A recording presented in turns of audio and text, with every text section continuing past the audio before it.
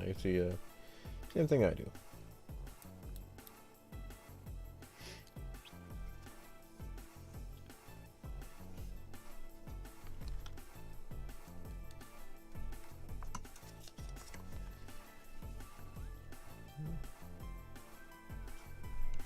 Normally I do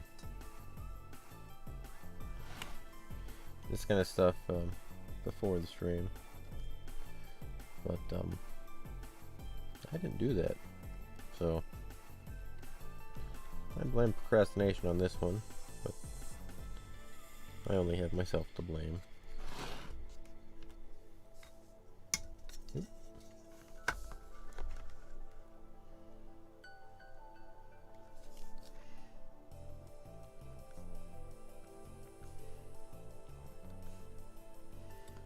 But yeah, this is just a sec.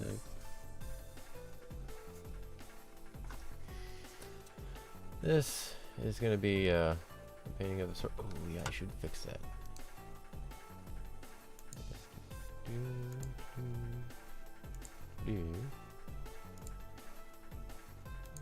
No autofocus, I think. One second there. I think that helps out a bit. Okay. Yeah, I will be drawing Sorceress on the right there. I've already done Amazon. She's from the game Dragon's Crown. I think it's the artist is George Kamitaki, I believe is the name on the guy. I myself am not doing any reimagining of his work. I'm gonna do a blatant transfer 1-to-1. Still learning how things work.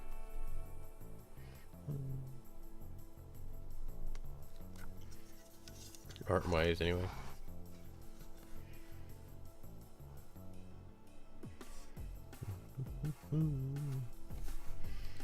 Well, it should be interesting. It is also October, so I need to start coming up with a not coming up with. I need to start doing a actual piece for fan art contest. Dream Keepers. I entered one last year. We got first place in the 3D category. It's pretty cool, by the way.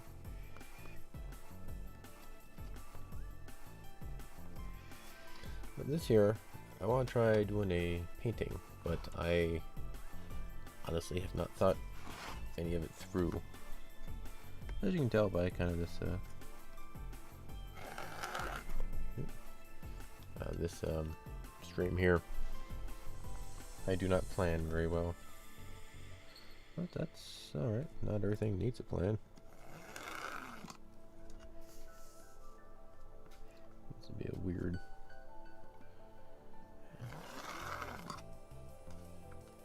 setup. Apparently, also on canvases, this has a bit of a play to it. You're supposed to water the back with a spray bottle or something and tighten it up. I have never done that, so I don't know what that would or would not do to a portrait. It's apparently supposed to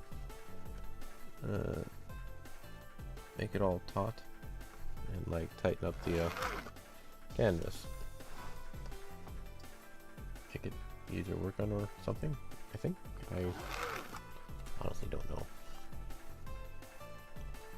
Seems good enough as is. Maybe a little too much play at times, but it is what it is. But yeah, this is a artwork of the sorceress. Currently she's eating some food at the campsite, which is a significantly minor part of the game. Yeah, in the game, if any of you are unfamiliar. Oh, come on. Oh, that would be why. Dang it. I really do need a bigger table. Maybe in like an actual desk or something. But yeah, in the game, you basically go on campaigns. You go into a dungeon, and then you have the choice of either returning to town or continuing on. If you continue on enough, they give you a break where you set up camp and eat food to try and recover your strength or get some potential bonuses based off the food you cook up. And it's actually a fun little game, a mini game inside of the game. And one of the things I really do find really interesting about it is the food you get in this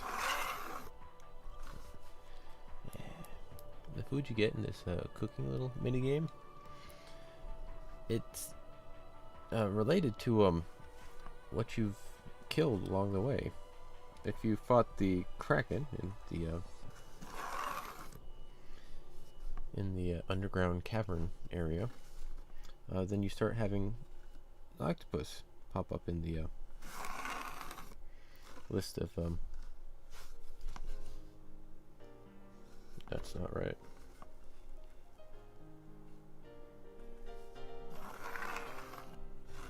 There we are.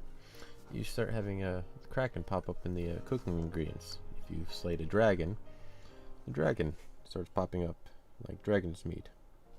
Or if you beat the harpy, you get big old harpy eggs. Which is a really small but fascinating and really cool aspect in the game, because an adventurer would go out and just salvage what they can. They're not going to buy store-bought beef. There is no store to buy the beef from. It's just pick up the meat where you can get it. And if you happen to have slain a dragon, well, not just going to let it sit there and rot, are you? No, you're going to eat it. Eat like a king. Or something like that.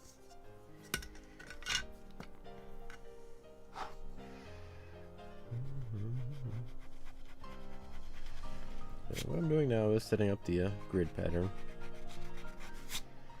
I probably could go with a larger grid section, like maybe every 2 inches or so.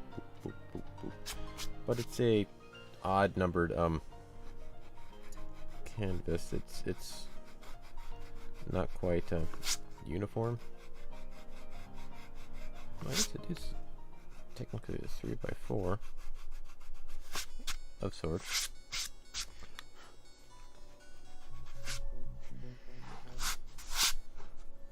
Alright, because yeah, it's currently 9 by 12, which so if I go with an even number to match this way, I won't have an even number this way. It'll be a halfway mark this way. If I do it the odd way, via 1, it'll all transfer correctly. So I just keep it simple at 1 inch. It could be maybe centimeters would be different. About 23 by 30. Thereabouts.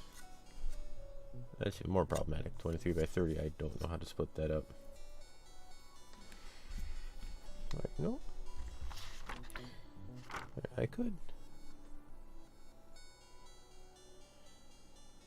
You know what? Give me a sec here.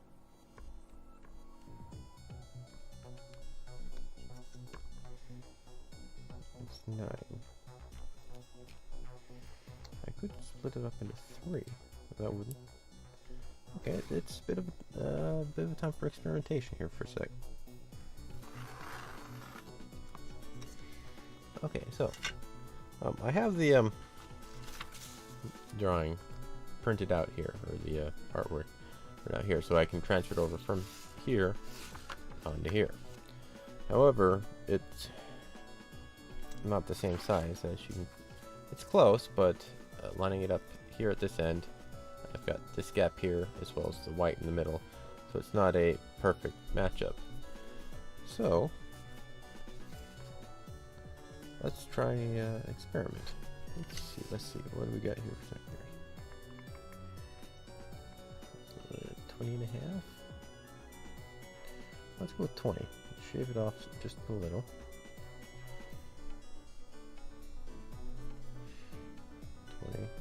And since, wait, this is 9, not the 12. 20 divided by 3 is 7. So let's actually.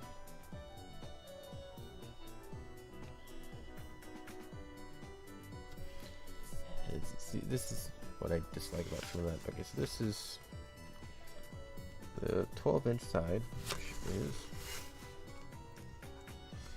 This goes to from the top of that one to the almost bottom of this one. 25 3/4. 26. Let's go by 4. Oh, 2, 1, 13. One block off. Okay, so how would we split this up? Let's maybe try inches. I'll get a better number that way. 8 inches by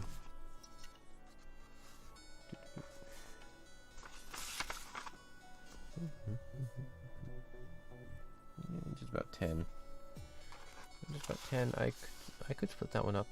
I'm gonna try something a little different. I want to, anyway. Let's go take off the canvas a bit.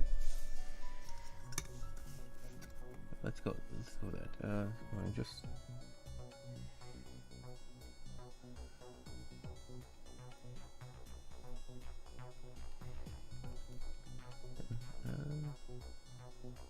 Should be about here, and then 2.5 here. Here. And this is similar to that. Okay, so over here. 1, 2.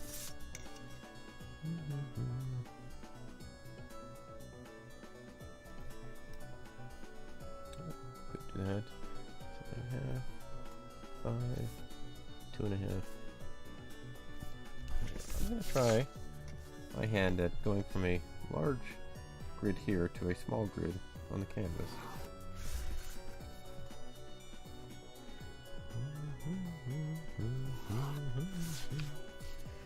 Let's see how well that carries over. And I mostly use this paper one here. That's just a physical reference to work with.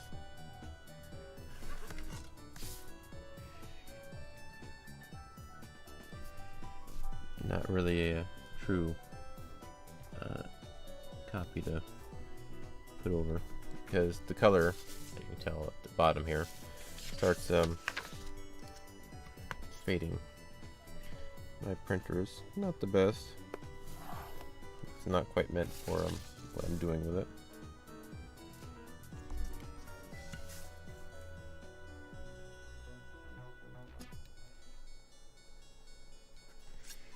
I don't quite need to do this one here, but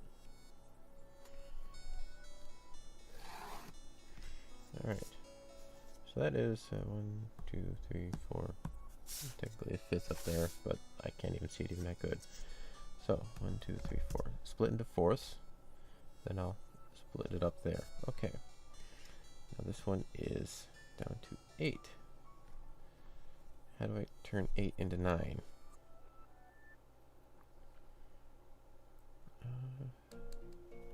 3, 4, 6, 7, 8, 9, 8. What's 8 into thirds?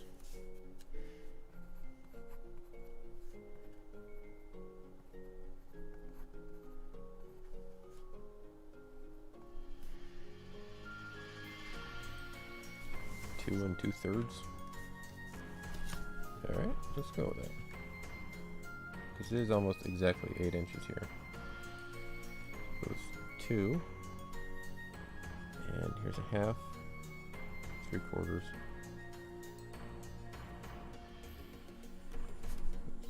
2.6.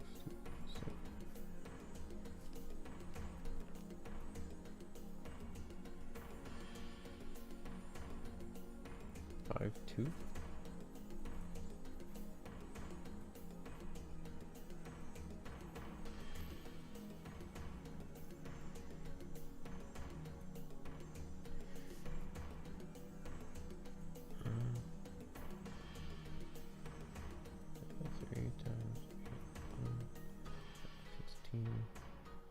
Over 2.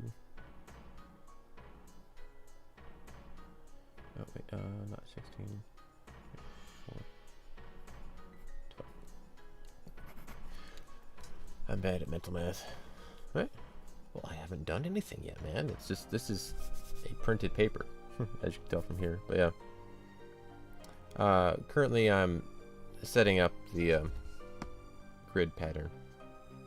Thank you, man. But I'm coming up with the problem of math.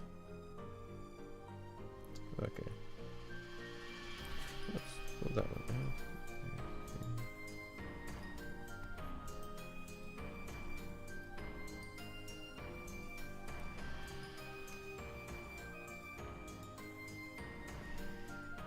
Okay, so...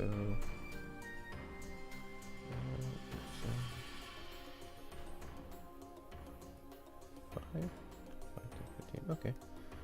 Give me a second. 5, 2, 3, 4, 5. We'll go with that one, just cause. And it goes 5, 2. 1,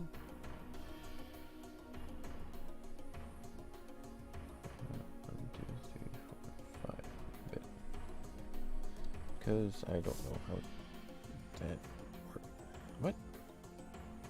Oh, 3, not 2. 2, 3, 4, 5. 1, 2, 3, 4, 5. And bit. Bit.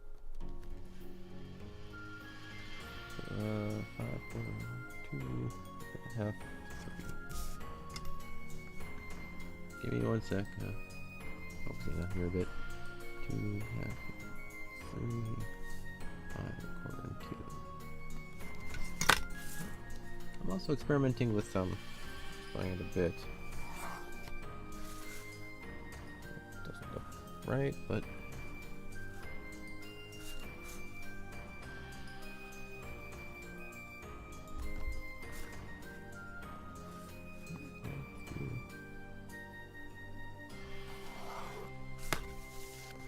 give me a sec.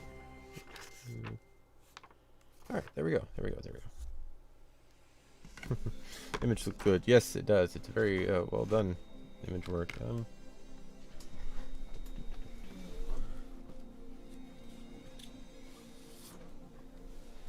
It's one of the reasons I like this guy's artwork. It's actually... I got a picture of it here. Give me a sec.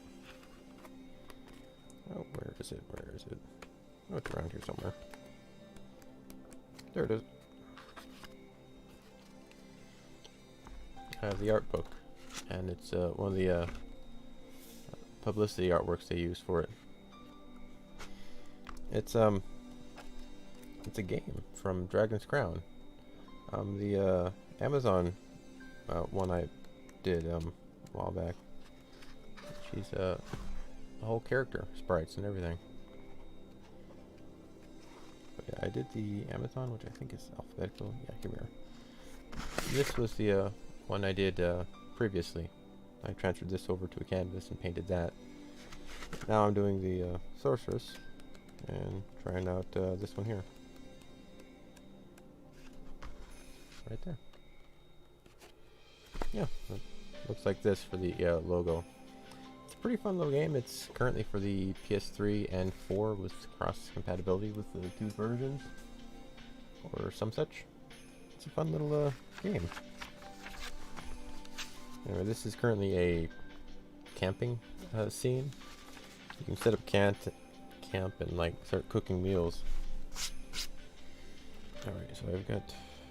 I'm gonna... Give me a second, I'm gonna try and... You know what? Let's go with you, maybe? Might be interesting. So... go through.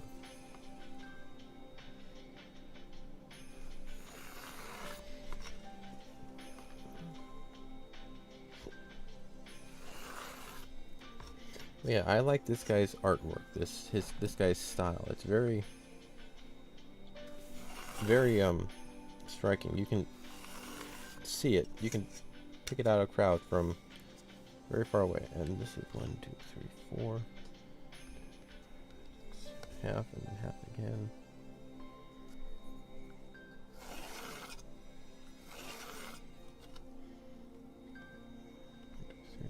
Yeah, it should be in thirds. All right. Let's try this. Yeah, I feel that each of these paintings that I take up always push me at least in a new direction of some sort. Oh, cool. He's got a couple other ones. They're very odd and most of the time short games, but they're always fascinating and well done. They're like the entirety of the game is like it's this art style all the way through. They do cheat a bit using some 3D stuff, but it's all overlaid with these 2D artworks. So it's really fascinating. He's got an original one, Dragon Princess or something like that. It never came out in English, so it would be kind of cool if it did. Then they have Valkyrie. No, Odin's Crown. Odin's Crown. What is that name? It's a witch one. I found it pretty interesting, but I can't remember it. Odin's Crown. Odin's Sphere. Dragon's Crown. Currently 13 Sentinels, so the big ones here. It's a side-scroller beat 'em up. You go from left to right, pick up items, bash everything, set up your skills and abilities, and then just go from left to right, bash everything in the way, solve puzzles, a couple of little quests, then you fight bosses. It's currently got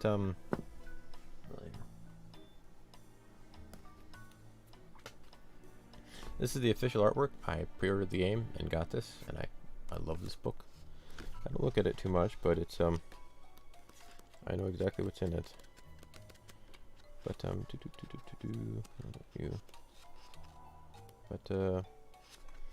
yeah, here you've got the different zones. You can't quite tell here, but you've got 1, 2, 3, 4, 5, 6, 7, 8, 9 different zones you can encounter, and they've all got a person of each zone. The labyrinth.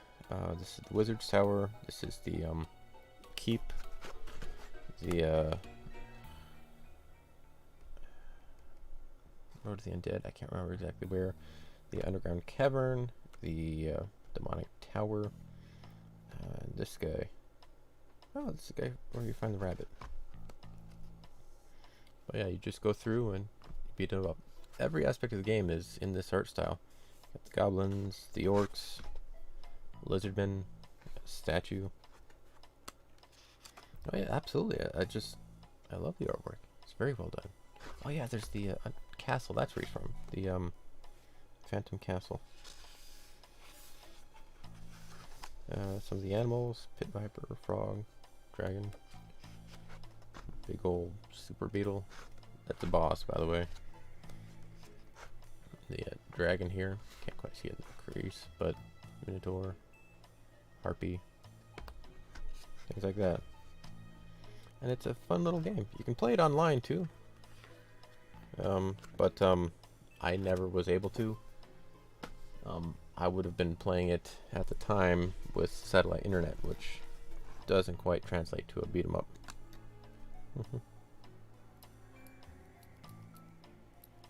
Alright, so I'm going to try and get started here. So at this point here, let's get the pot over there. Yes, it was definitely a that brought issues into how the game was initially received. I'm not gonna lie, flat out. But yeah, she has an interesting play style. She can fly or float, sort of.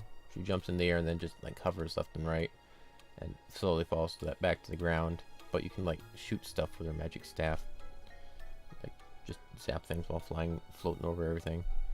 But she was also a support character. The Amazon was a heavy damage dealer. Fighter was a tank. Dwarf was a brawler. Elf was a rapid fire ranged attack. Just sit there and do combos and such. But yeah, a bit different than the other true witches of the world. All right, so let's go like that. There we go. All right. So let's start with about. Okay, start out about here. Knee.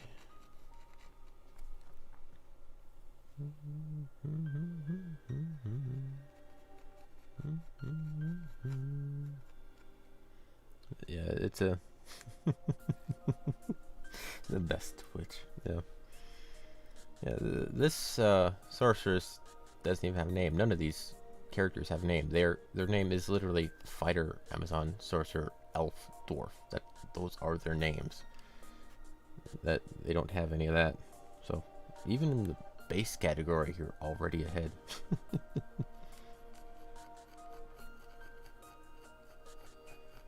But yeah, it's the art style. I really do love this guy's art style. It's very unique, and I like the shading. You can see it in the artwork there. This paper is horrible for the color comparison, but you can see like on her shoulders, or it's like her elbow, right there where the light just travels up from the bright on the bottom to the dark up there. It's a very distinct kind of shading style. I don't quite know how to place it, but I like that way of doing things. Alright.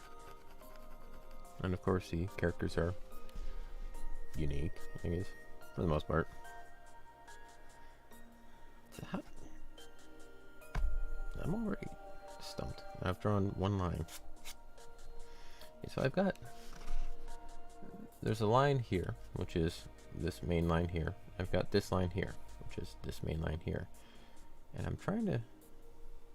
Oh, that's why. It should be lower. Okay, give me a second. I bought an eraser, so I actually have one today. Should probably open it up. And the day I trim my nails is the day I need them to do things. Because of course it is. But yeah, I have thought about just complete tangent here. Like crossover bits, like characters dressing up as other characters. On occasion, it's kind of fun to imagine some of that. This little bag is really annoying. There we go.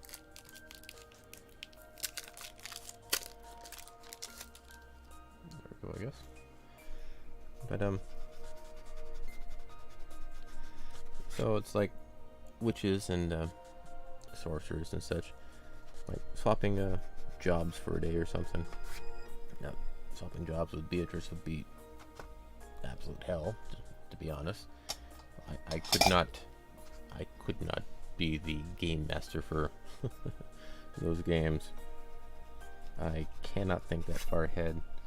I'm more of a reactive type person as opposed to a proactive in design type stuff. Hell, Today was going to be art day, and that was the end of it. I picked it up before I started the stream. I set this up. Don't fault me for being that lazy.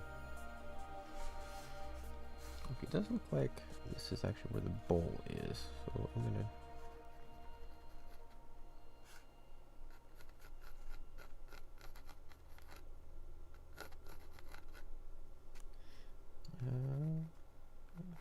there. Here for that. And this sits down a bit further here. But yeah, it's I don't know. I keep trying to think of other odd little there we go. That makes a lot more sense. A lot more projects to work on. I still need to figure out one for the Halloween contest. That's due at the end of the month. I don't think it's officially been declared or started, whatever term you want to use. But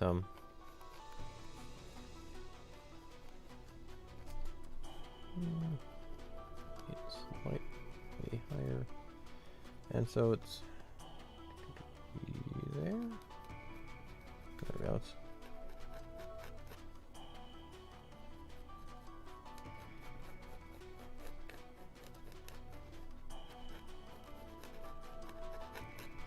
And so I still need to figure out some way to do that. I want to try something maybe silly or lighthearted. I had the idea for one of the characters as draw me as one of your French girls type things, just a complete satire. But I don't know. That's not very Halloween-y.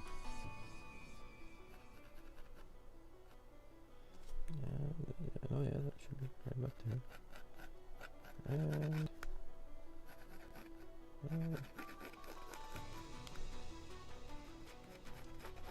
something like that. Looks okay. Why are you all messed up like that? Oh, that's because my arm is in charcoal. Great. Alright,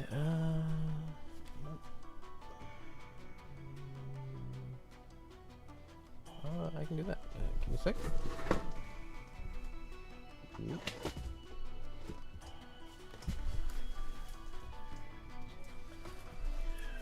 There we are. That'll work. There we go. Nice clean acrylic to work off. But now that leg looks really fat.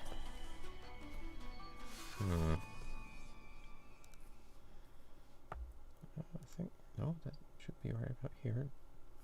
Why is that so weird? Oh, if it goes like this.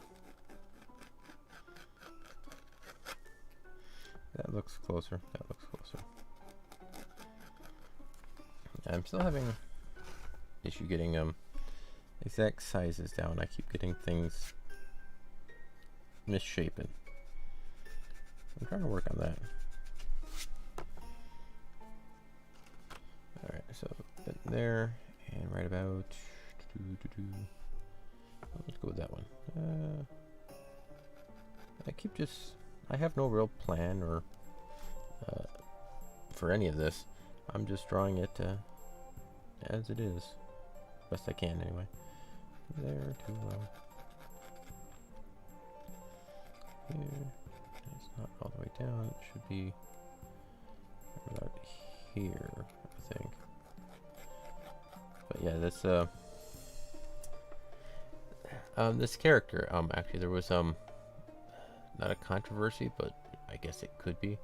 There was one gaming journalist who got upset with this character for how it was portrayed, and he called out the creator for being I kid you not, and I quote, a Lolita, promoting Lolita behavior or something or the other. With that character is apparently a Lolita, and the internet caught him on that misstep, but then the guy doubled down on it. Oh, yeah, yes, of course it is. I know what it is, and all that kind of stuff. And so it all went to hell in a handbasket for that guy real quick. But it was quite silly. And everyone's like, wait, you're saying this person, this character here looks like a post-pubescent girl? What kind of Lolita are you looking at? But yeah, I don't like Lolita, just for the record. Little girls can be cute, like Rika and Satoko from Higurashi. They're just cute characters. But yeah, anything more than that gets really creepy, and I don't want to get into that territory. This is wrong. Why is this wrong? Why is this wrong? Oh, there we are. That's why. Wait a sec. A bit lower. Yeah, there was also another odd event. I don't keep track of any current events or anything like that, but every so often there's this just silly story that pops out. Apparently, as a joke, this artist responded to a dude who was unsatisfied with the way he portrayed characters. And so, wait 1 sec.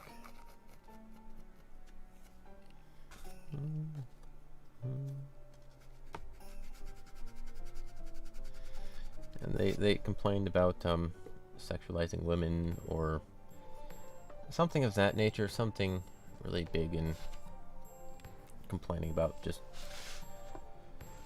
the style of things. And so the artist responded, and this was like on Twitter or something. The artist responded, so you don't like the character? No, of course not. The women don't look like that. Unrealistic proportions, yada, yada, yada. Oh, so you don't like women. Okay.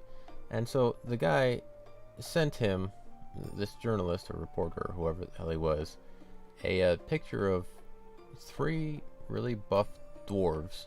And so is this what you like? And male dwarves, by the way. And the internet got wind of that and busted a gut.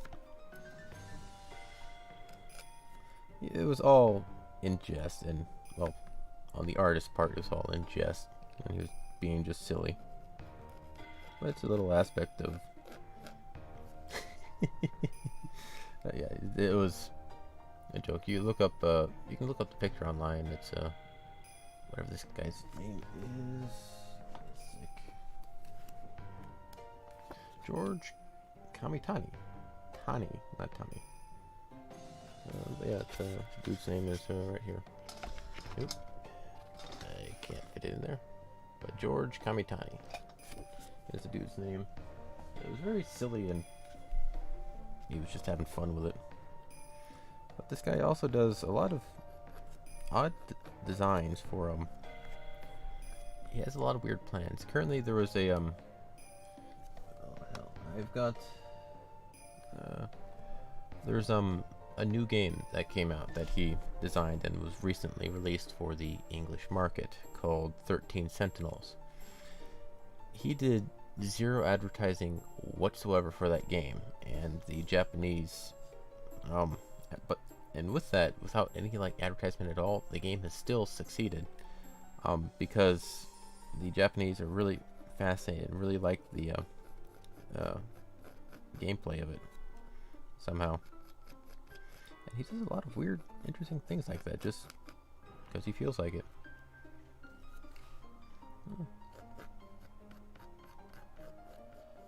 Again, I don't follow any of this stuff, but it just keeps popping up every so often.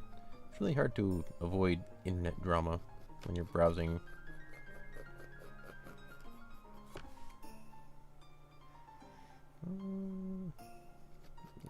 That one is a little weird. Alright, there. Alright, so let's go. That bowl goes out here, and then we got this weird little milk jug. You can't even see what I'm drawing. I'm drawing this little guy right there.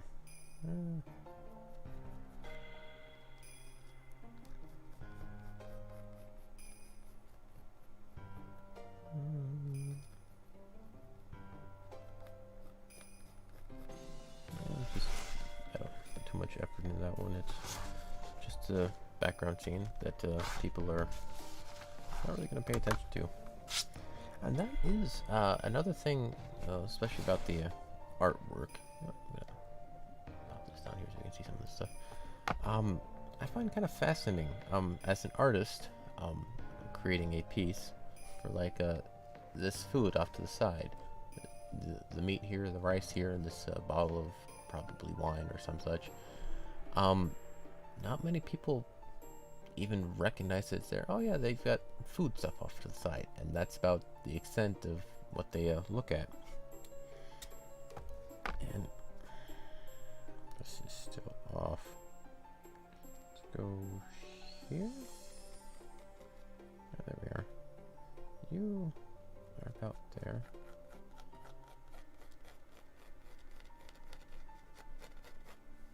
No, no. Ah.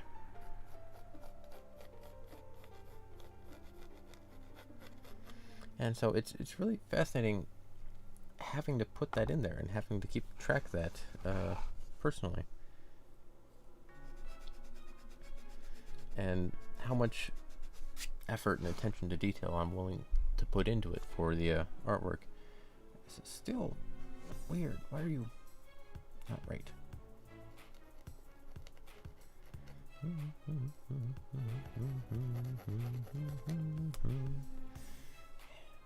And so it's just a fascinating thing. Another example is like this food bowl here.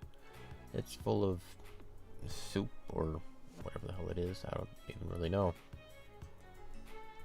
Slough has 3 to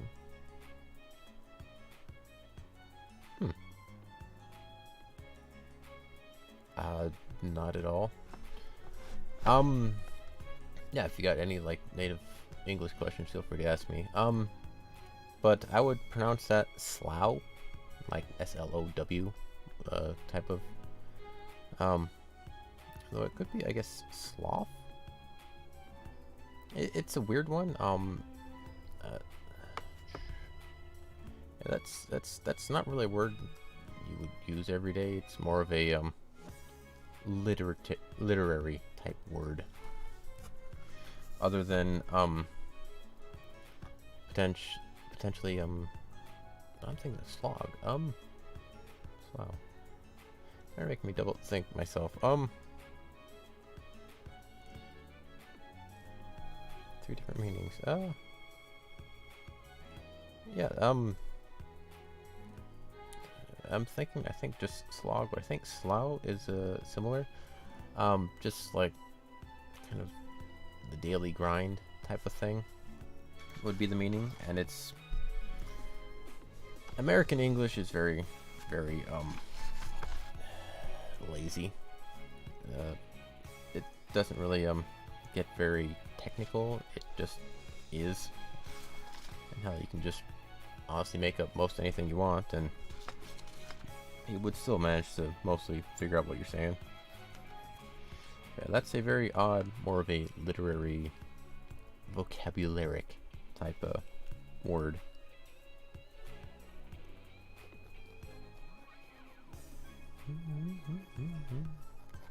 I wouldn't spend too much time on it unless you wish to go into more in depth on it.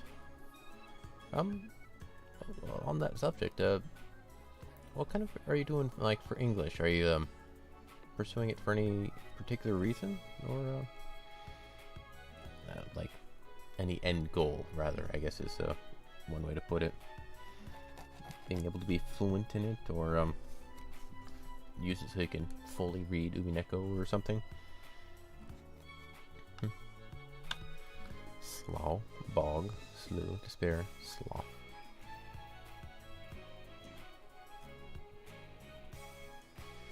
Okay, it's yeah.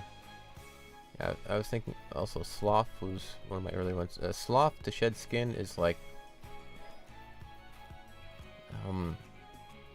generally referred to as like in an unpleasant way. I've seen it used in some fiction or like horror stories where they slough off the skin in like gruesome ways. think like it like has rotted and then just like slides off the bone. That would be sloth. Slough bog. I'm unfamiliar with that one, but slough, despair. That's one I'm more familiar with. It just kind of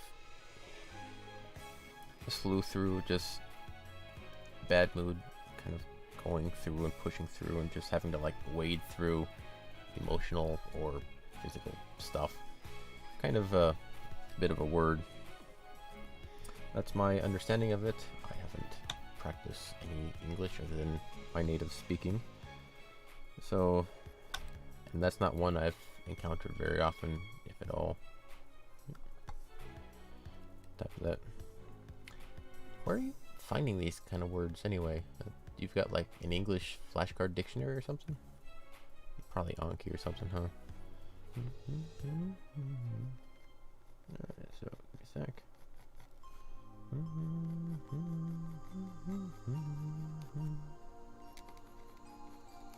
Yeah, it's I did at one point I tried to learn Japanese through translating a game. But I chose one of the worst possible things to try and translate to begin with. I had give me one sec.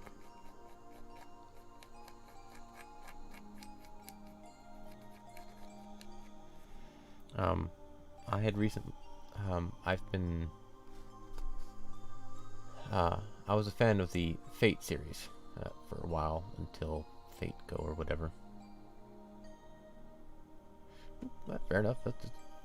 That's kind of how you would probably find one of those words. Because yeah, that's not a common word, but it's an odd one. But yeah, if you ever find anything else, I'll tell you to the best of my abilities what it means. Dictionaries are nice for getting a generic understanding of a thing, but they're really poor for cultural meanings of a word, which is kind of a fascinating point of view. But yeah, I was really interested in the Fate series, and a while back I ran into the Fate CC.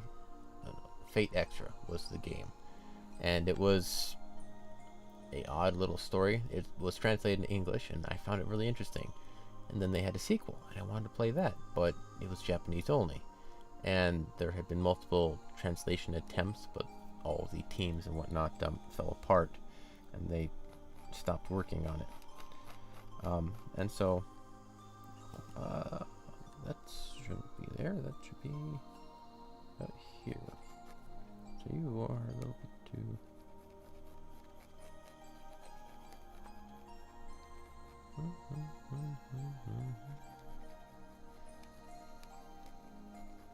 Sorry, my sketches and scribbles are very out there.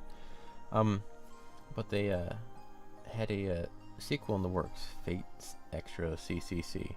Japanese are very weird with naming conventions, especially for games. Very hard to oh, it's not expect that, huh? And I really wanted to play the game. They had some weird characters and some neat stories, and I like that kind of gameplay. It was a unique. The gameplay was you run around in a dungeon, go and explore things, and the battle was literally rock paper scissors. You have 6 slots, like 1, 2, 3, 4, 5. Yeah, I think it was 6, 2 of each. Yeah, and you could only see part of what the enemy was doing, and you would have to try and prepare and predict what the enemy was going to do.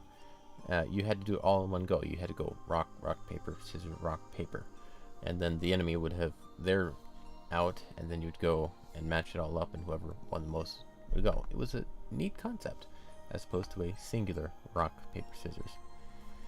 And it was just a fun little type of grindy kind of game, and I liked it. I wanted to try and play the sequel.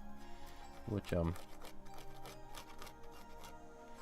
looked interesting, but I tried to translate it with very pixelated little letters, and so it wasn't like the actual kanji. I was looking at the pixelated version of the kanji.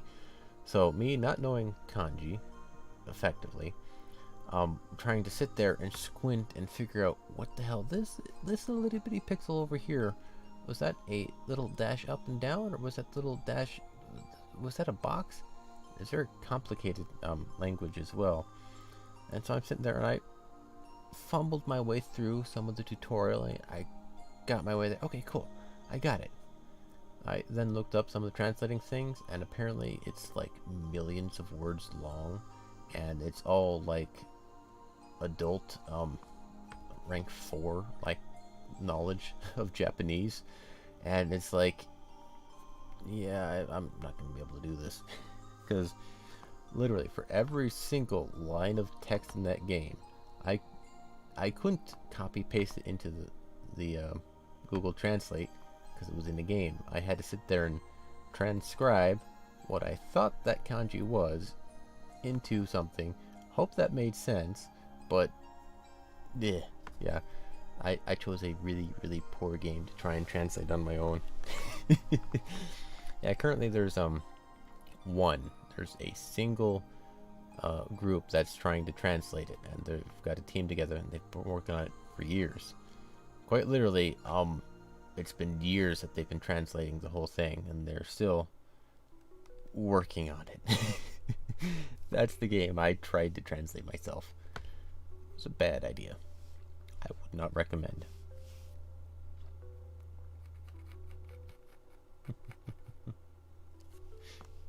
But yeah, that's just some of the stupid things I've tried to do in my life. I don't quite regret it, but it was silly and I learned a bit from it. Okay.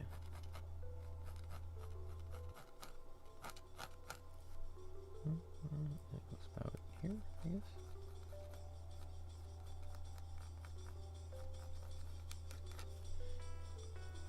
But yeah, it's I'm not unwilling to Japanese normally. Well, I could do that, but yeah, it's what is normally. Apparently, one of the other ways is to I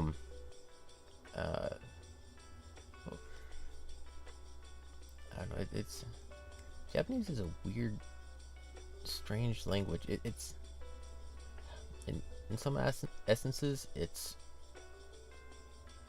functionally easy. Like the language isn't, well, it's not very complicated. The audible language, the one you speak, is very basic and it makes sense. The problem is you can't read it without knowing it. That's the thing that drives me nuts about it. But it's still a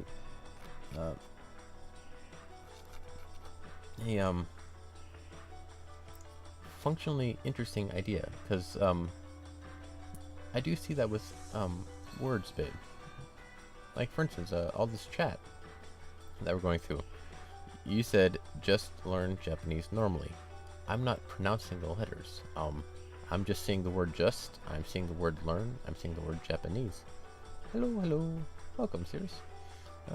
Sketching, and I've got a third of the painting done. Or the underlying sketch done, anyway. Welcome, welcome. About here. And up there. Give me a sec. We're talking about Japanese and stuff. Going all right. We're just chilling, honestly. But of sorts. It was one of the vibes I got from it. Yeah, and especially since it's currently October as well. But I do still need to figure out my Halloween fan art thing.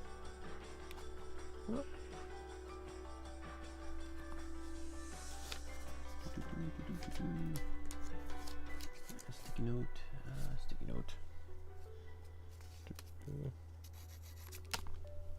Give me a sec. Where did you come from?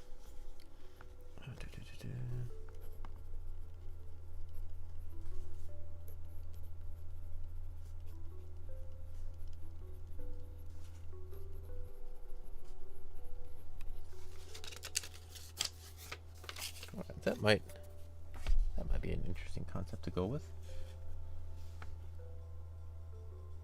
Yeah, I think I might go with that one. That'd be cool. That might work. That might work.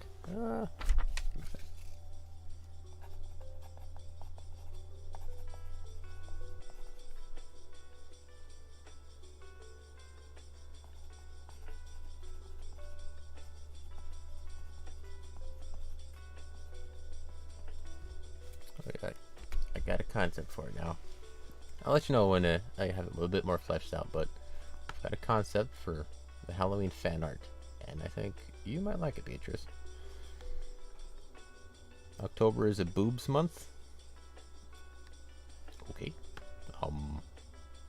Sure. Let's go with that. It seems it is boob month.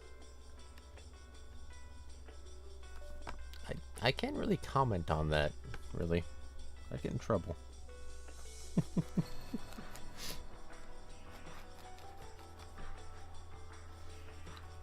it's yeah.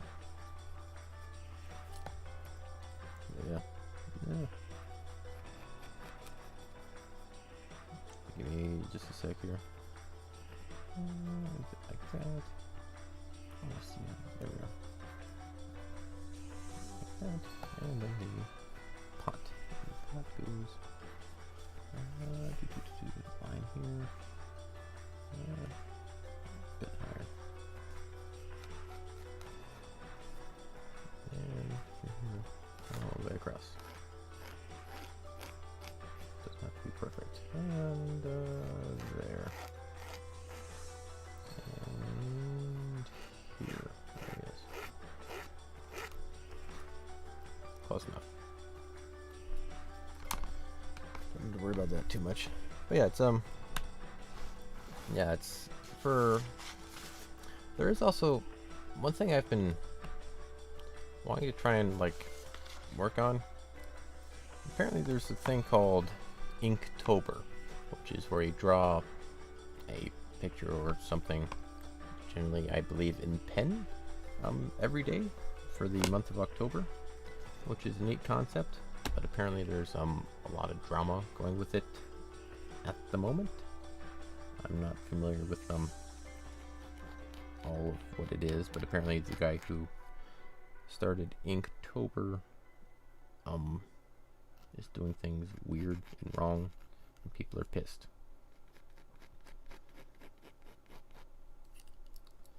So I don't want to get into the drama. Yeah, of sorts. I'm not overly familiar with it, but my understanding of it is the dude who started or is in charge of the Inktober event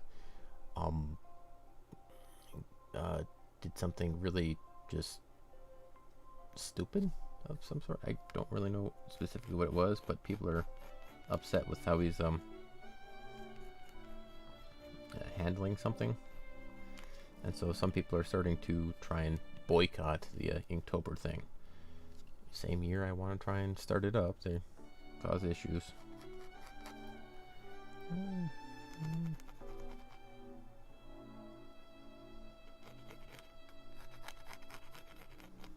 But yeah, I'd like to try and at least in spirit follow along with that. Go with a just a kind of a daily sketch type thing. This will be a bigger project, more like a week-long type thing. But I'd like to try and maybe just do some simple little sketching type things, especially a Halloween-oriented things. Oh yeah, I know. But I was hoping to take part in it too at some point, because taking part in a thing gives a bit more motivation to keep going and keep trying, and it's oftentimes a bit more fun. But that's gonna be weird. in the current setup, I guess. I'm spending all this time on this little bar here, but that's actually hidden by her hair. Alright. Shift back over into the bowl here. Alright, so we got about here. There.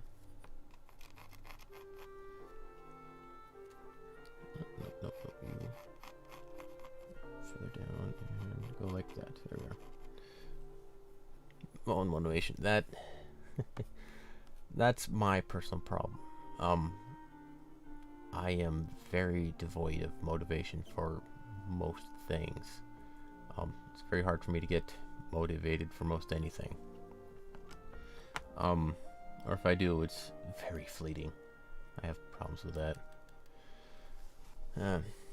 Yeah, my self-motivation is very low. But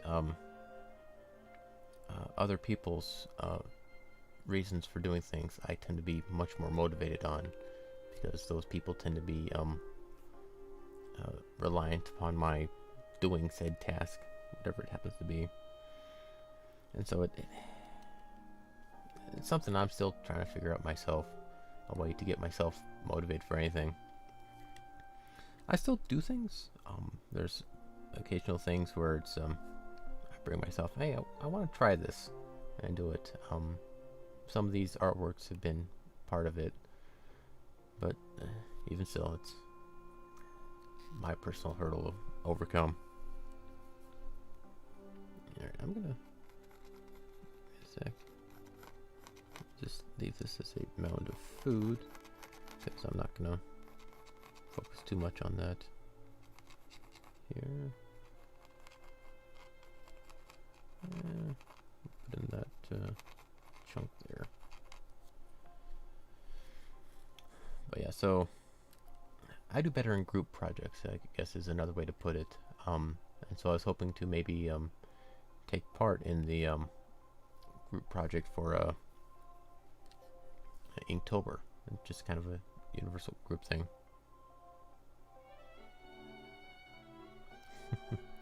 Yeah,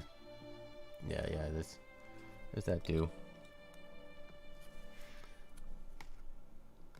Yeah, it's but that's kind of life, School of Hard Knocks and all that. So I'm still trying to get through it, still trying to get better and figure out how this all works. And this is part of the reason I'm moving as well, is because currently there's not much of a like-minded community here. There's people who like some of the stuff I do, but few, far between, and it's just not quite the right scene, I guess is one way to put it.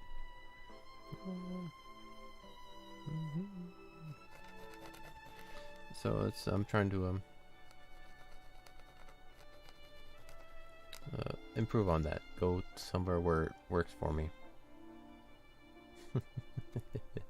Popularity and shit. Yeah, it's popularity is a weird concept. I think if I could get over the initial viewer hump, where you just like, because I see it a lot of Twitch streamers or just people in general, you start out with just a few people like you guys here, 2 or 3, and it kind of just like stays there. I've been doing this for I want to say 2 years now. Yeah, it's been 2 years. Has it been 3?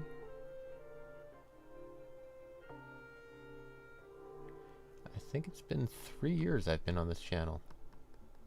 I'm currently still sitting at 3 to 5 viewers on average. Though I haven't pushed my channel or promoted anything. I'm just simply doing. But give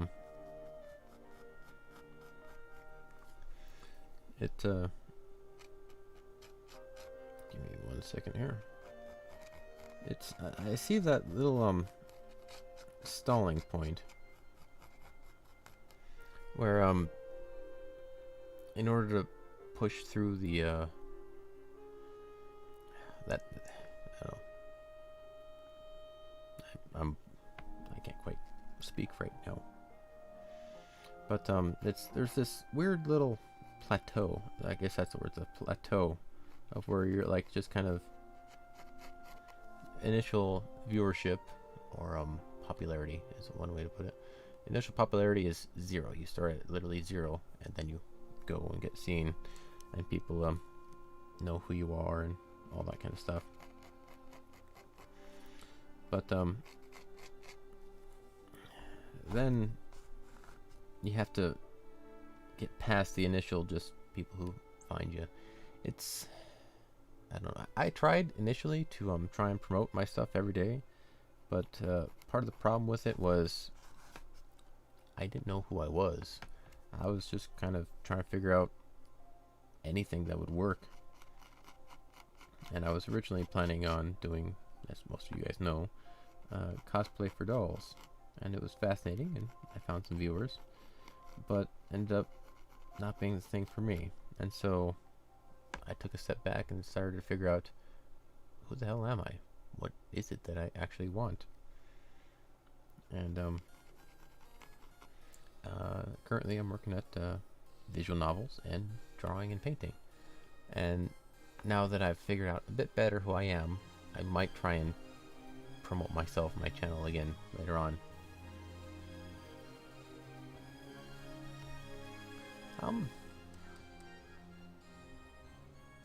Yeah, it's I can't remember. Well, there's this weird scenario. It's been somewhat researched with children, and I actually fell into this category, and it's fascinating to see happen.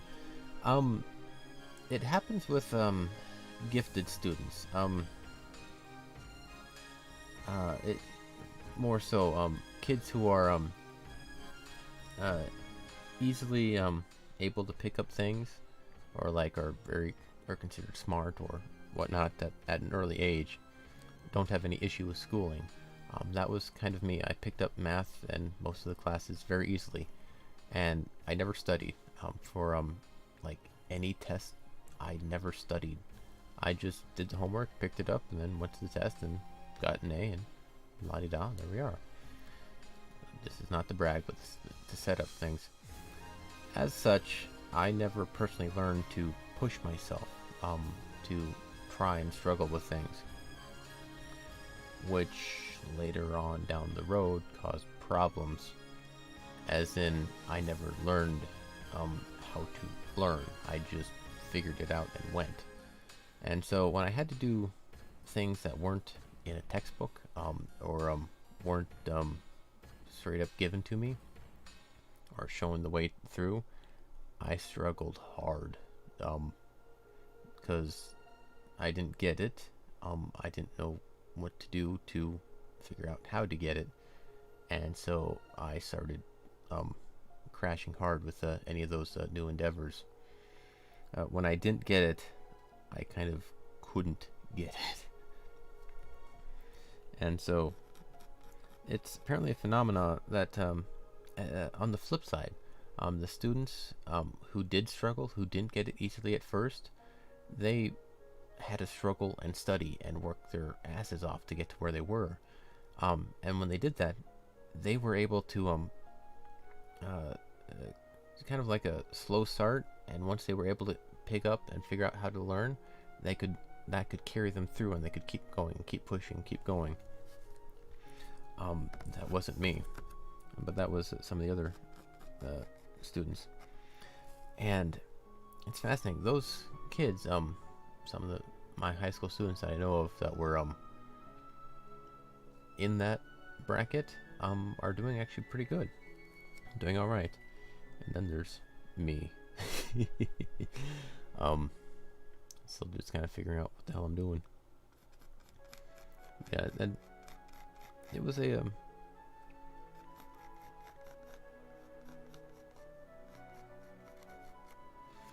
it was a just a fascinating look on the subject. But yeah, the ones who had it easy at the beginning and then expected it to be easy all the way through struggled once things actually got hard, and the ones who knew it to be hard from the beginning, it became easier for them because they overcame that. I'm currently having to relearn how to learn some of that stuff. And to bring this back, you made the comment of way to go or encouragement.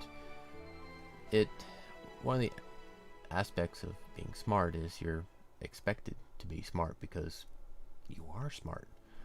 So there wasn't really much motivation to get better because you were already at some level better. And it's like, way to go. You got your 56th A in a row. Yay. It's not really much motivation for self-improvement because it's there. That's not to say I was a teacher's pet. Hell no, I did not care any about that, and I dislike the students who try and get 110% on all grades. You know the type. And I just sent to school. Well, there's that, but yes, no, I see you, at least especially in the American educational system. Give me a sec. There we go.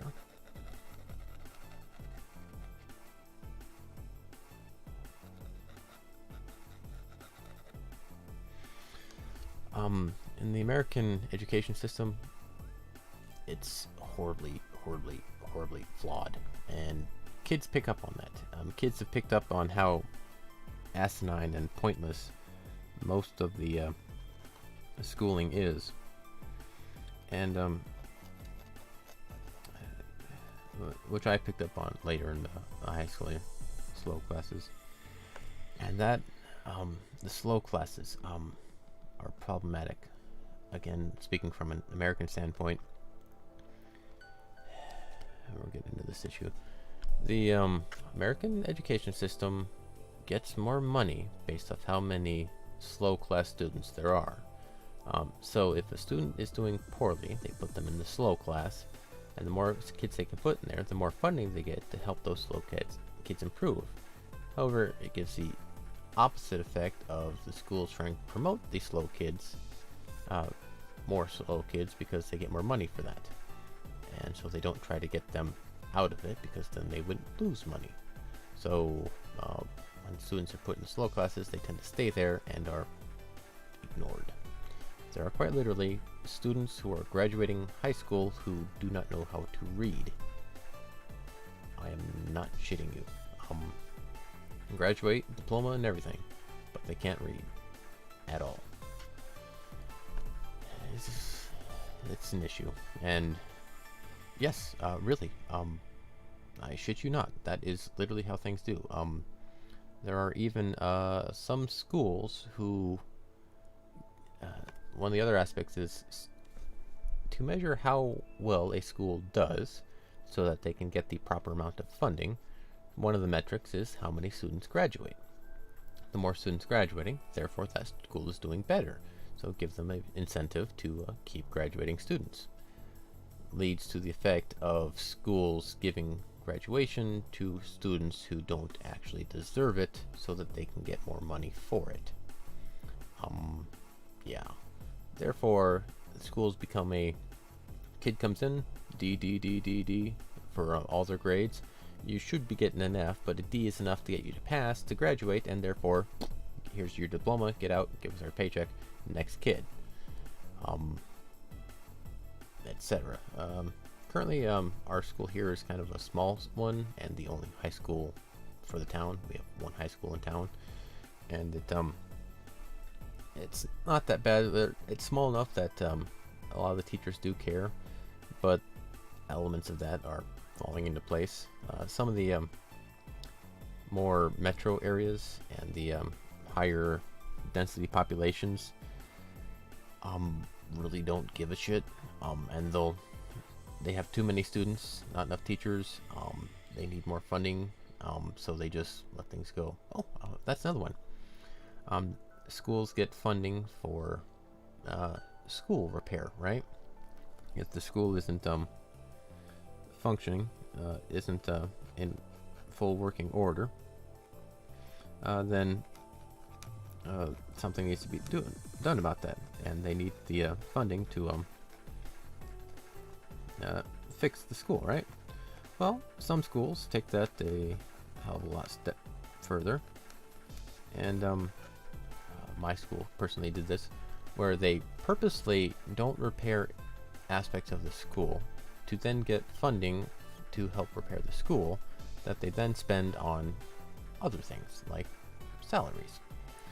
So the school gets money. The school is not repaired. Generally not the teachers, but the secretarial or administrative staff gets all the funding, because they need to they are the ones who dictate where the money goes, and since they are the ones who also receive the money, kind of a conflict of interest there, but not too many people are willing to put enough effort into correcting that. But yeah, it's and this is the American education system. It's a mess. I could go on and on with some of those stories. My folks were in the school, fought the school board to get that. Well, here, I'll go on one more point. The school dilapidation repair funds, sometimes, which our school board tried to do, they tried to say the school was yay for corrupt systems. Absolutely. The school board tried to I don't know of other countries' educational systems, but if they have any similar type of thing, I could definitely see it happening. Corruption is universal. But one of the aspects, our school board for this town was saying that the current high school was too old and it was in a state of disrepair or something, that they needed a new $3 million building built for them to house a new schooling system. The community fought back because this is a very poor, not horribly poor, but not a wealthy place here. We weren't able to afford that in the first place, and so our community fought back and pushed it back down. But the high school was like literally, I think, like no more than a decade old, and it has currently replaced the old high school, which ironically enough is the current administration office for the school, superintendent and school board, those guys. The current superintendent and school administrative for the system are in the old high school that was apparently too old to function. And so they made a new high school, which is where I went to, and it was no more than like a decade old at the time. And they said it was in a state of disrepair and they needed a new one, and needed it now, which was a lie. They needed that to get money to make more money or something. But yes, school systems and government is horribly corrupt.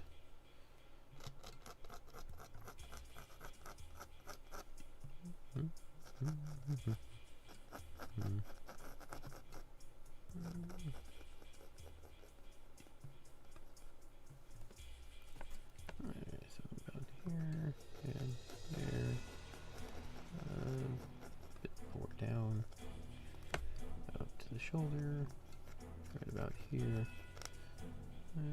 Sorry for the not in focus, but I'm focusing a bit on this here. But yeah, it's if there is a way to make money, somebody will find a way to do it. But yeah, it's now one of the things, if you're ever paying attention to political things, whenever people say it's like for the children or for charity or something like that, where does the money actually go? Because that's my biggest issue with charities and tax bills and shit, when they always say, it's for the children, it's for the children, it's for the children. And giving money to support the children is a just a noble cause. But when you say it's for the children and give the children $10 and then give yourself 10,000, that's not for the children. And when you question that, it's like, but we gave the children money. You're against the children. And it's you get into this argument there. It gets problematic.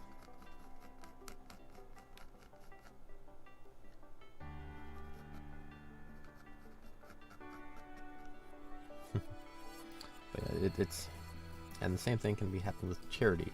Apparently during I think it was Hurricane Katrina that blew out like New Orleans or so a few years back.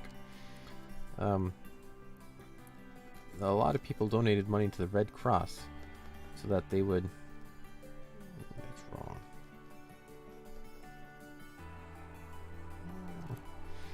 So that they would help people who needed it. Their homes were destroyed and they needed a shelter and all that stuff.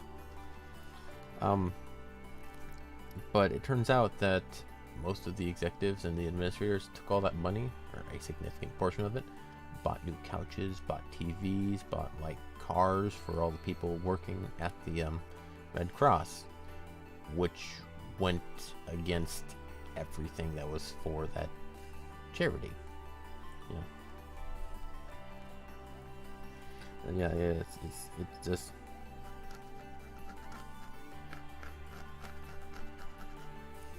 it's stuff like that. When people can say anything, I am drawing this picture for charity. Let's I'll raise some cash for charity, and then everybody sits there and hands me a whole bunch of money. It's like, all right, we did it for charity, yeah.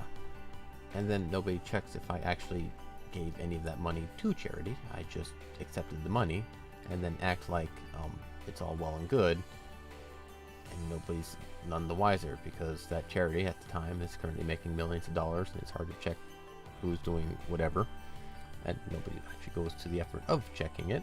So I've just made thousands of dollars off of for charity, but not actually done a damn thing for it. That's one of the reasons I dislike charity, especially just straight up cash. The most the way I would see to best combat that would be not to give them money, but to give them assets. Like for instance, Hurricane Katrina, instead of putting like $1 million into the Katrina fund, go out, pay for a truck and hand it to those guys. Go out, buy sandbags and put them out there. That can't be abused and given to an executive. What are they going to do with a sandbag?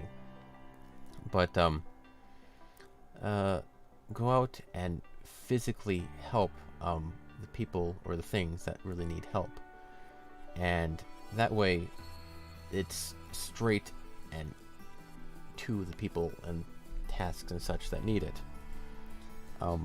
without any middleman, because it's all that middleman stuff that causes a lot of issues.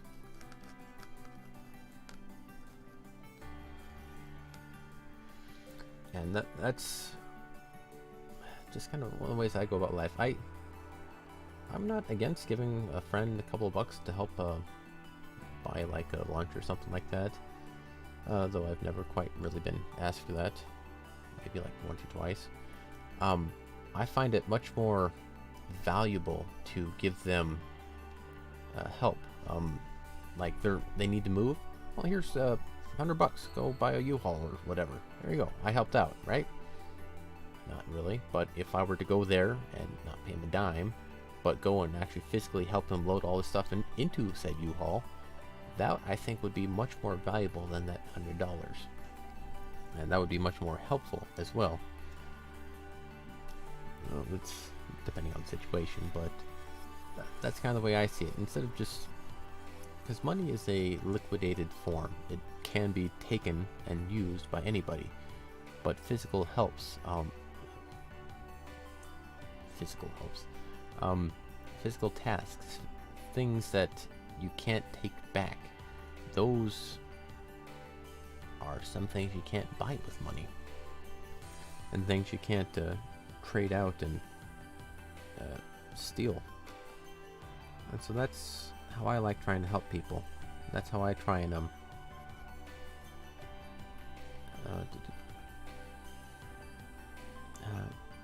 make use and truly help. Because there's also this aspect of, blanking on the word, but when people do something to feel good about themselves. One example is like Facebook likes. People will virtue signaling, that's the word. When people say thumbs up for Harambe or some stupid whatever the movement is, and so they have a post and they raise awareness for said task by making a Facebook post that hits like 1 million likes. Huzzah! We made 1 million likes. Now it's definitely going to happen. But nothing actually happens. You've made 1 million likes on a page. You've made that page more popular, but you have physically done nothing. Nothing has changed.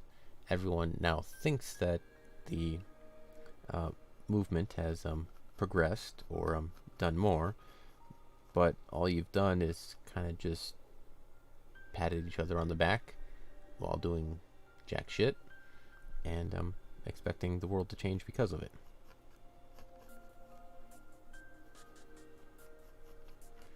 And it's and stuff like that happens. You sit there and you hit like on the protest page or the petition or whatever. There, I did my duty. I helped support whatever the hell it was. And then you forget about it for the rest of your life. And you didn't actually do anything. You made a like on a virtual page. But it's when you actually go out and physically do things, that's when things actually change. That's when things truly matter. And that's the type of thing I try and work towards. I don't place much value in a like or a follow just at base value. But when somebody is actually truly invested in it, it's like, I'm here to help out. I'm here to actually help out the cause. What can I physically do to help promote this? One of the things is, again, raising awareness. That's kind of the minor bare minimum you could do to help out a thing. But if you did truly want to help out a thing, you go out and take part in it. And so that's, I don't know.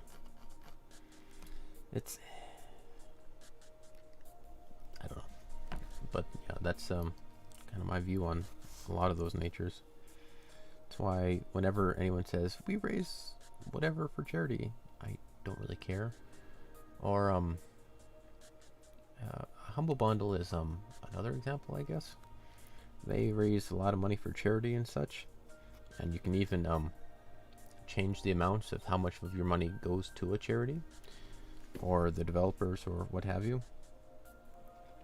And if you ever look at it, it's very, very skewed on how much actually goes where. Most of it, I think, actually goes to the Humble Bundle people for facilitating whatever. And next up is the charity, and then next up from that is the developers for the game or software or what have you. And if you ever actually look at some of that stuff, it's very skewed. And if you were to just give me a sec.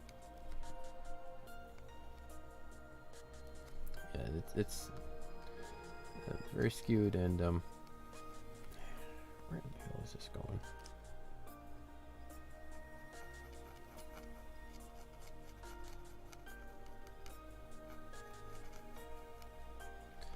That's not right. Why is that not right? Why the hell is that not right?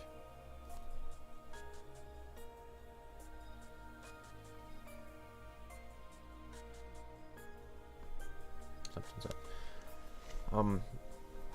So I don't know. It's a weird, odd topic, and oftentimes a lot of people just are uninformed or ignorant of anything like that. And hell, it's on a odd tangent. I help people with phone problems at work, and one of them happens to be spam calls, generally with the elderly and the ones who don't quite know how phones work and such. But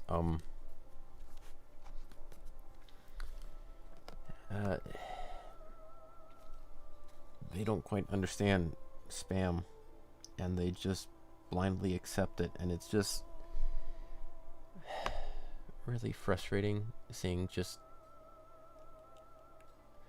It's, on one hand, it's charming that they're that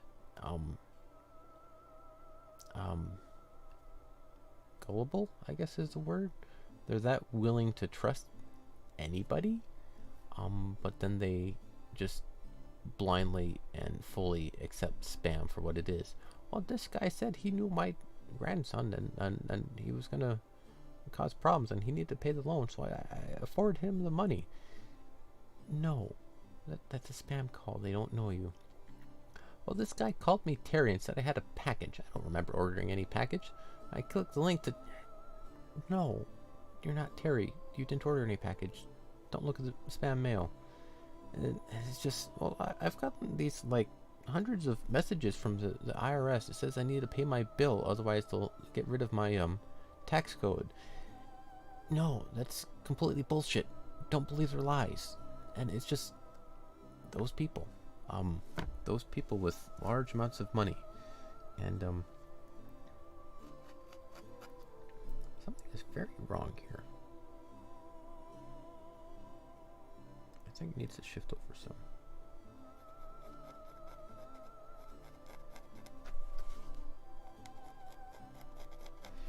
And it just... You can't fix that. Well... I put another way. Until you can fix that issue, of people being able to be taken advantage of, and disallowing con men from being con men, you won't quite really solve a lot of issues.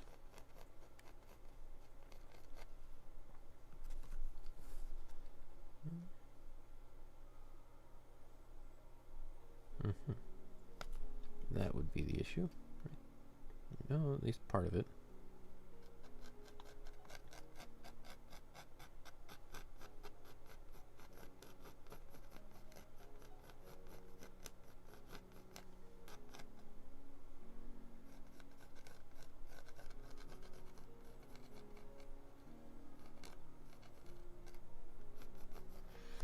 But it's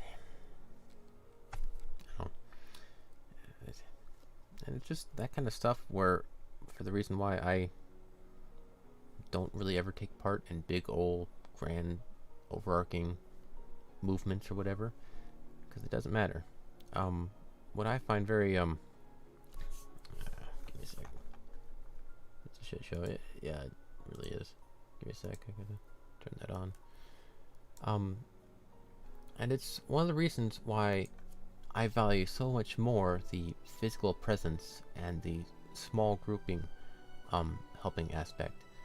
I can't help the world. I just flat out can't. I'm a very jaded and cynical person of sorts. It's one of the reasons I value small, very close and tight-knit connections as opposed to world-changing movements where you don't know a soul that's helping it. Yeah, I'm a bit jaded for some of this stuff. I don't necessarily hide it, but I don't promote it.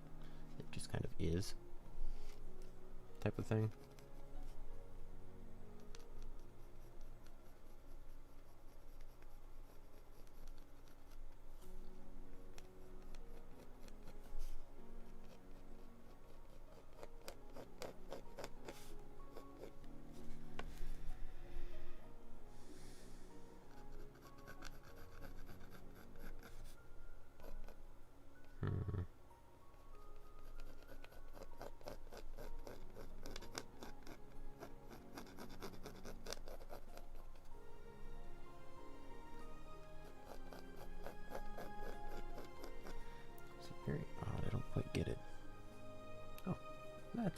Okay.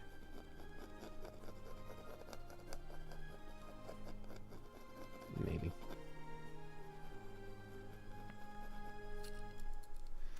But yeah, it's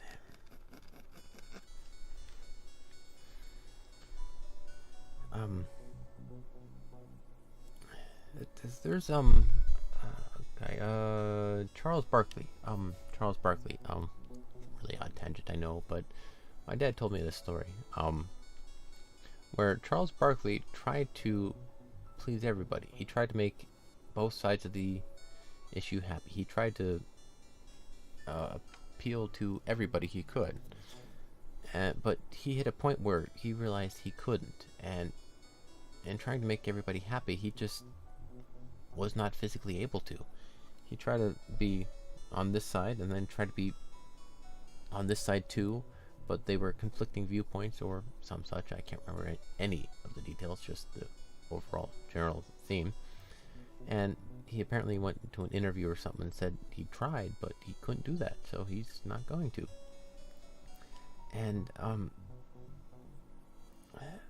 when you try and like apply yourself to everything, nothing gets done. It's one example I use is if I were to take my entire life savings for my whole life and give it to everybody in the world, everybody would get like 1/1000th of a penny, because there's no way I could help anybody that much. And 1/1000th of a penny to everybody in the world doesn't do shit. You would need 1,000 more, and hell, people just giving them a penny would be more than I could give them in a lifetime. So I don't do that. I would much rather give my effort to a few specific people and then help them out and make actual progress there than to minimal progress everywhere else.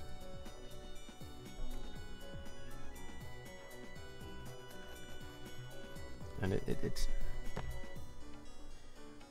great. Wait, can't I get this right?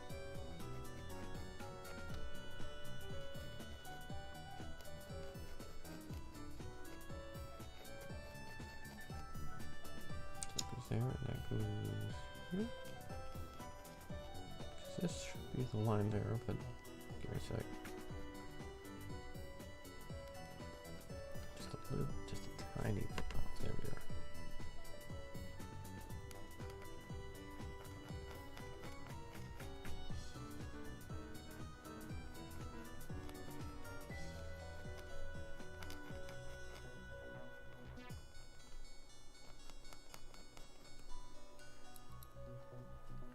Sorry, trying to get some of this. This goes up here. This should go here. Alright, I guess this goes up. Maybe it's just off.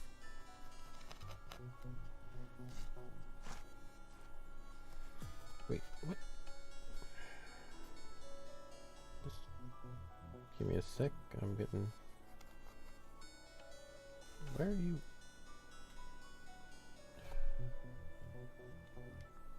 We're up here, actually. There. And arm up here. And then fingers here. And up and over. And can't see that, so go with that.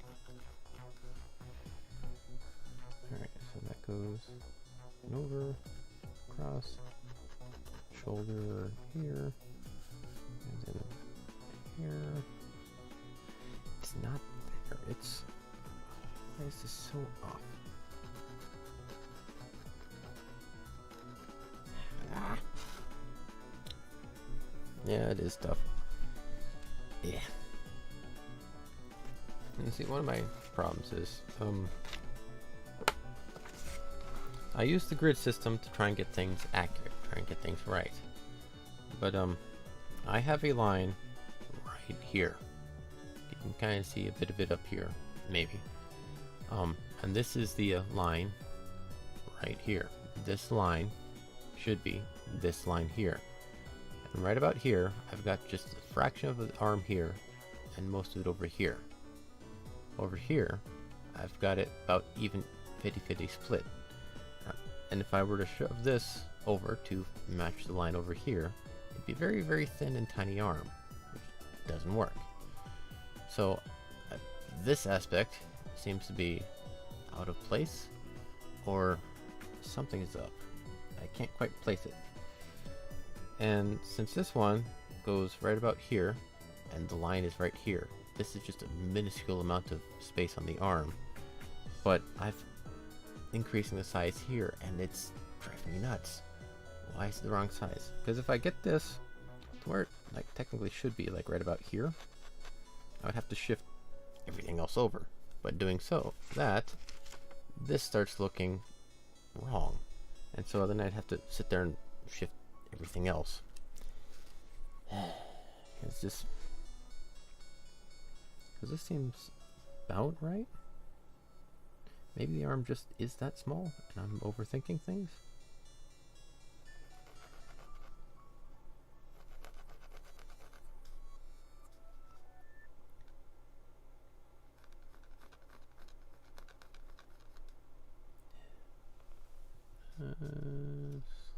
Wait, lower.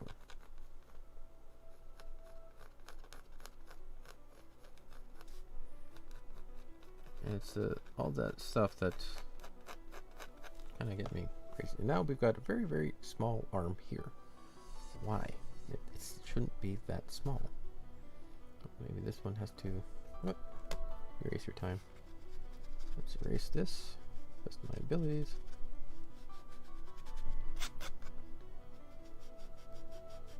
Let's try and recorrect that. Okay, so assuming that this is the correct position of it, should be about here for a proper line. And then from there, the other aspect is I've got a second line going here, okay, which is this line here. And the armpit is right here. This line here should be above the line. So it should be kind of like right about here. But then this line doesn't match up with that.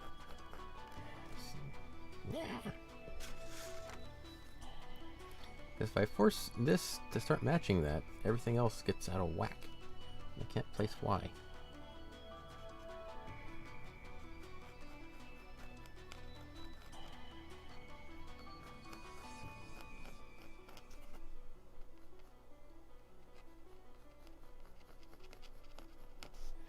Well, maybe that's the issue.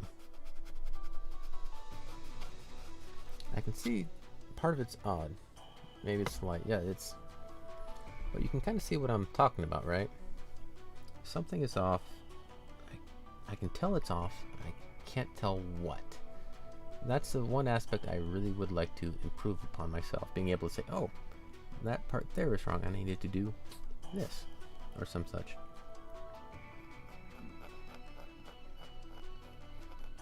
Okay, let's try...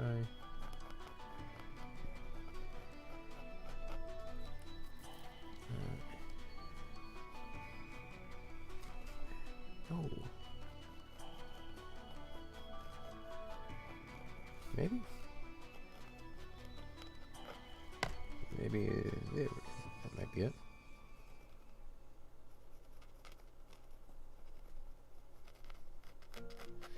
It doesn't have to be perfect, but I would like it to be as close to accurate as I can.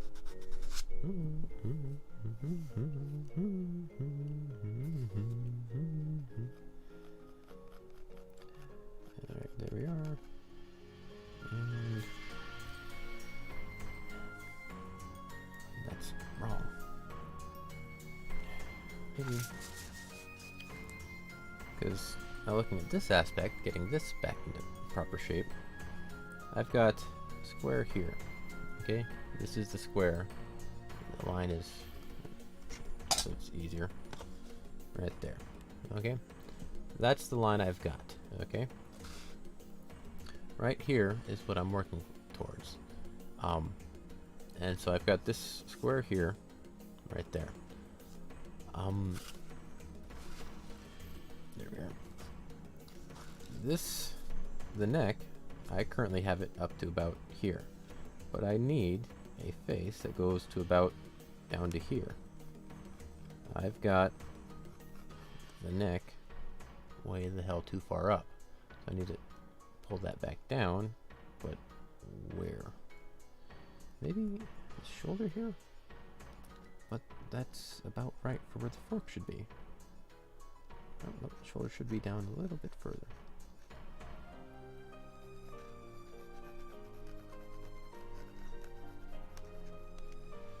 Maybe a sharper angle here?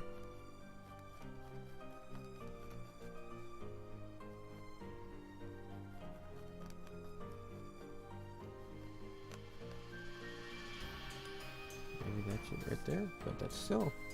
I think that was a little too much. The shoulder. Stuff like that. And see, this tiniest little change from here to here caused such a significant change from here to here. And that's the hard part to pinpoint. And again, kind of an example of my explanation of when I like shift a drawing. Like this shoulder is like they all line up like they should, but I had it spread out to where it shouldn't have been. Screw you, or yeah, see? And just like something so minor on this end is such a significant change on this end. And it's trying to find those. And now that this is down here, I can go like this and come up with a more natural neckline. Right there. And then the face kind of sits right where it should be.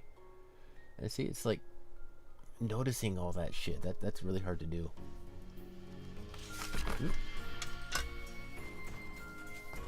But that's what I'm trying to set off to do. And one of the reasons my paintings back there are so... There's something off. I can't place it. It's weird, but I like look up at the lines. This line there is right. That line there is right. If they're all right, why is it wrong? Because something minor somewhere else is wrong. Like I could draw like this fork was a good reference. I think I've got this fork in a proper position. Maybe a bit too high, but yeah, I think the fork is a little too high. Should be, because I've got the line here. Okay. The line is there, but the line is here on mine. There should be a little bit more space from here to here, which would mean the whole hand had to be stretched out down this way. But if the hand were to be stretched down this way to accommodate the fork, I'd have to shorten up the arm as well, because that is wrong as well, which it may in fact be.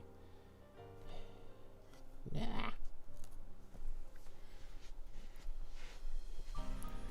And this whole scenario is an example of why it's so hard to get things right when you're looking. If I were to draw this from imagination without any reference whatsoever, I would not get anything close. And this is the same issue I run into time and time again with my own personal drawings. This is also where anatomy comes into help.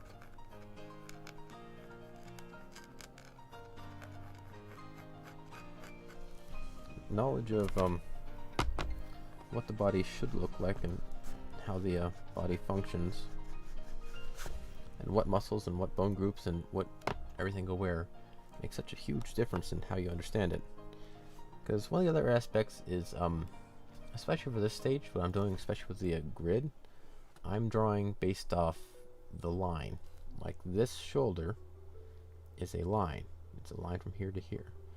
But if I were to draw it from nothing, so to say, I wouldn't be drawing a line. I would be learning the shoulder. Well, you don't necessarily need to learn anatomy. It significantly helps, and I personally am fascinated by the how the body interworks together, like the shoulder. If you've ever looked at the shoulder, it's like fucking impressive. As are hips from a musculature aspect.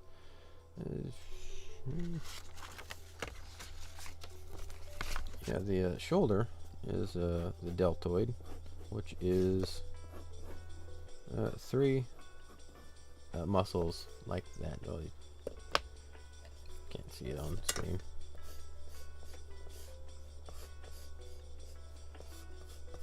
That's a bit better. That's the basics of the deltoid. I guess, yeah. And then you've got the bicep underneath, and then the triceps underneath that. And you've got the pectorals here, and then the armpit there, and then the laterals here, and then the clavicle here, and blanking on which ones are here, but just neck muscles. And it's just fascinating how well these muscles work together. Like your shoulder, the curve. You can see it. The camera a bit. On her shoulder there, her deltoid is a very small one, and you've got three muscles here. This muscle, the front part of the deltoid, moves your arm forward, as is the pectoral physically moves your arm forward, but you can, using just your deltoid, kind of like move your shoulder forward a bit. And then this one here moves your shoulder up. And then this muscle here moves your shoulder back. And so the muscles are there for a reason. This bicep makes your forearm go that way. The tricep makes it go down that way. This pectoral, this whole muscle, its entire purpose is to bring this shoulder and the whole arm this way. And so when you like hug somebody, you're using like your entire pectoral to do that. It's fascinating how well everything works together. Hell, even one of the other aspects is like how everything is overlayered. Because like the bicep, the tricep, they fit into a gap here. The pectoral fits underneath this. The deltoid is on top of that. It goes right into a gap right here between the bicep. And this little dimple here that you see on like all your shoulders. That's where the bicep meets here. I'll try and show you here. You know what? I can't do that because it's all upside down, but you'll learn it. Anatomy and morphology. But yeah, it's interesting, and I like studying that. It's amazing how well everything works together. It truly is just crazy how well everything is put together. And if you look into it, then there's the back muscles, the trapezius, there, another deltoid, biceps there, and then all the lateral muscles here, and then the spinal bits here. I'm not as familiar with these ones. When you've learned enough of anatomy and morphology, human body is a train wreck in slow motion. Maybe. It's just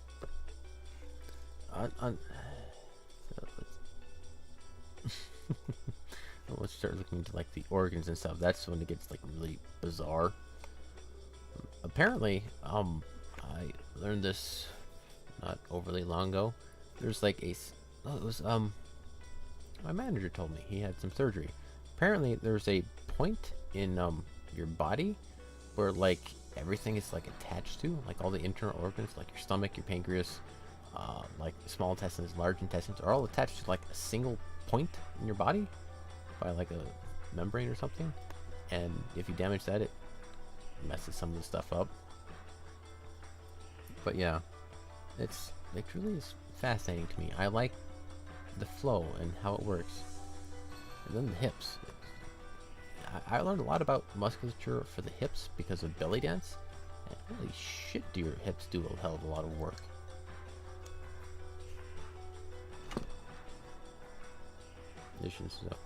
Yeah, I have had a neighbor, a good family friend, who and talks about the monkey tendon. Apparently, there's like an extra tendon in your like foot, and they took that and attached it to his hand to give him some function in it or something. And like, there's just extra parts of the body just kind of like lying around. It's kind of fascinating. But yeah, it's just, I like anatomy. The way muscles and the body moves and just,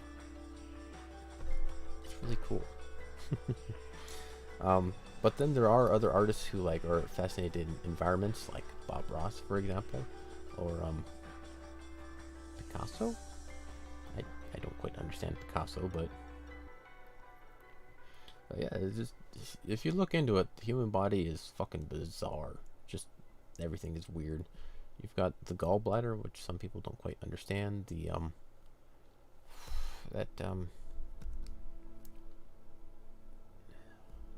blanking on it. That one appendage that is starts with an A, appendix. That doctors just tend to remove because it causes no long-lasting issues and just tends to explode in the human body. But I have a theory on what it actually is for. The appendix is just some small little part of your body. I think it's like right about here in your body. It's close to the liver and the stomach, somewhere like right about here maybe. And just gets swollen and explodes and could cause death because of that. So a lot of doctors tend to cut it out, remove it when that's happening, save somebody's life. All well and good. But I think the purpose of that appendix is to actually store viruses, bacteria, things like that, so that your body has a bit of a training ground to practice against it. Like a catalog of, this is the enemy, this is what you need to fight. And if you keep enough of it alive, you can always come back and like check it. But if it gets too out of hand and starts swelling up because the virus got out of hand, then that's an issue that needs to be taken care of. But that's my theory for what that's for, or what it has been developed into, which is kind of fascinating. And I guess it's 6 o'clock. Oh, time flies. But yeah, that's kind of the current drawing of a sorcerer or sorceress. I gotta check that out. What is it, sorcerer or sorceress?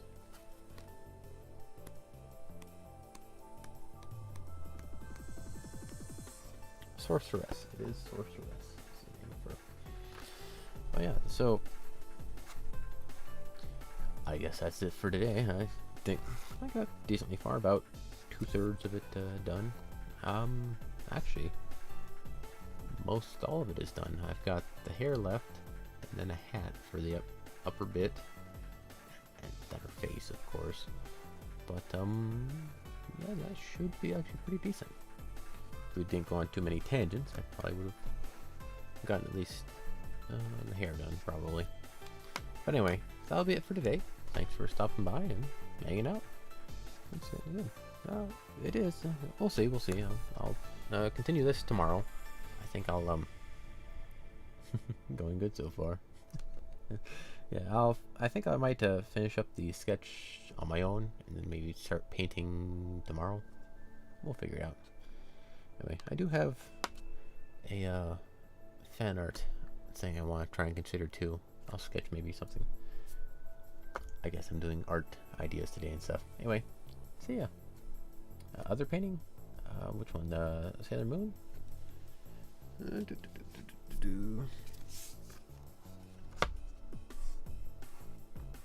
is the Sailor Moon so far. It looks okay. I actually did decently well in the face. I'm kind of proud of how that took out. But the painting seems a bit empty, especially up here. So I think I'm gonna add in a background of a moon kind of going like this, one of those circular moons like that, might fill it out a bit better. I also remembered I forgot the stars in the background, so it can stand on its own, but it could be better. So I'll figure that out one day. Maybe I'll have a stream like a week or something where I just go back and finish everything that's already completed. Because I really do need to do that. But anyway, that'll be it for today, guys. See you there. Have a good one. Take care. Bye-bye.